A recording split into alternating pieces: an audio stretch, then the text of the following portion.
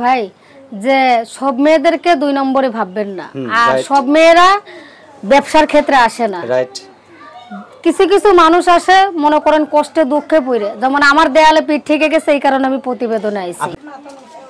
আসসালামু আলাইকুম সুপ্রিয় দর্শক শ্রোতা বন্ধুরা, আপনারা যে যেখান থেকে আমাদের এই ভিডিওটি দেখছেন সকলকে আন্তরিক শুভেচ্ছা জানিয়ে শুরু করছি আমাদের আজকের এই ভিডিও প্রোগ্রামটি। দেখতে পাচ্ছেন ক্যামেরার সামনে নিয়ে এসেছি একটা হলুদ পাখিকে, তার কথাগুলো আপনাদের সামনে তুলে ধরবো। চলুন শুনে আসা যাক এই হলুদ পাখিটির কথাগুলো। এই আপুটি কেন আসছেন ক্যামেরার সামনে, তার সমস্ত বিস্তারিত আপনাদের সামনে তুলে ধরবো। আসসালামু আলাইকুম আপু। ওয়ালাইকুম আসসালাম। কেমন আছেন? আলহামদুলিল্লাহ। আপনার নাম কি আপু? ভাই আমার নামটা শাবানা। শাবানা? শাবানা তো এখন ছবি করে না।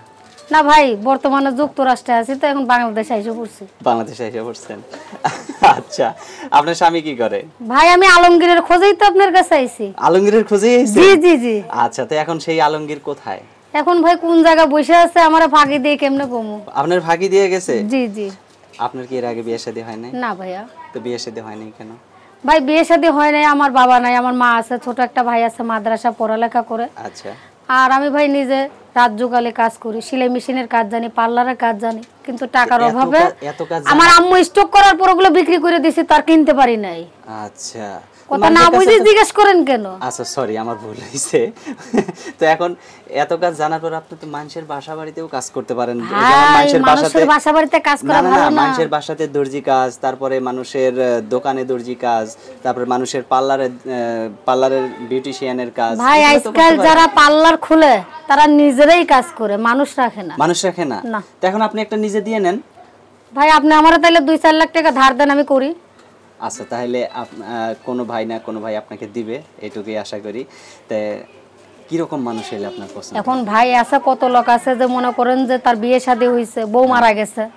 কত লোক আছে যে বিয়ে শাদী হইছে, তার ছেলে সন্তান হয় না। আচ্ছা। কত লোক আছে যে বৃদ্ধ হয়ে গেছে, তারে টানার মতো লোক নাই। এরকম হইলেও আমার কোনো সমস্যা নাই। কোনো সমস্যা নাই? কোনো সমস্যা নেই, ডোন্ট মাইন্ড।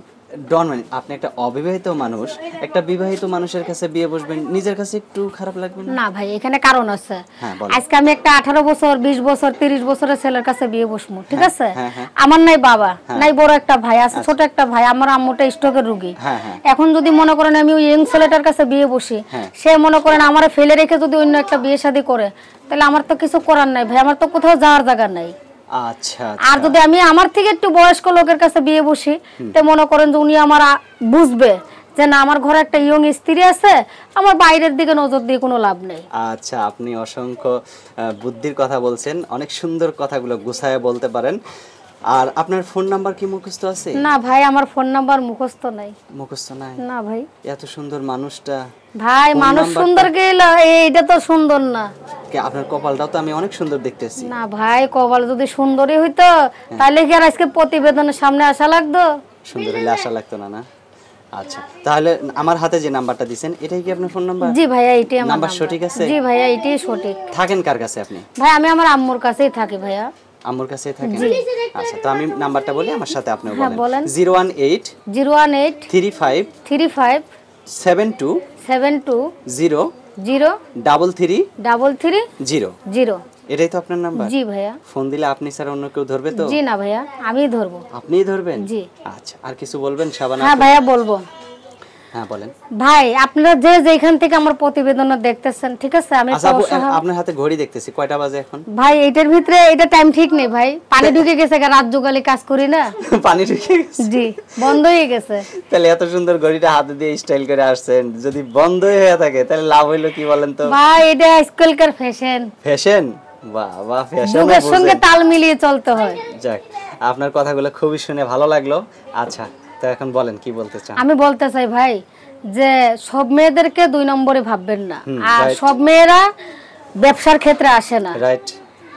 কিছু কিছু মানুষ আসে মনে করেন কষ্টে দুঃখে পড়ে, যেমন আমার দেয়ালে পিঠ থেকে গেছে, এই কারণে আমি প্রতিবেদনে আইছি। আপনার দেয়ালে তো পিঠ নাই, এই যে দেখেন আমার শোকেস দেখতেছি, শোকেস থেকে গেছে, ঠিক আছে? এই জন্য আমি প্রতিবেদনে আইছি। যদি কোনো ভাই সত্যিকারী মন দিয়ে যে বিয়ে শাদী করার জন্য, যদি কথা বলার জন্য, যদি আমার পাশে থাকার ইচ্ছা থাকে তার, তাইলে আমার সঙ্গে যোগাযোগ করবে। কিন্তু কোনো খারাপ উদ্দেশ্য, কোনো খারাপ মন মানসিকতা নিয়ে আল্লাহর দিকে চাইয়ে আমার কাছে ফোন দিবেন না। আচ্ছা ঠিক আছে শাবানা আপু, ভালো থাকবেন। প্রিয় দর্শক আপনারা ভালো থাকবেন। আজ এই পর্যন্তই। আসসালামু আলাইকুম।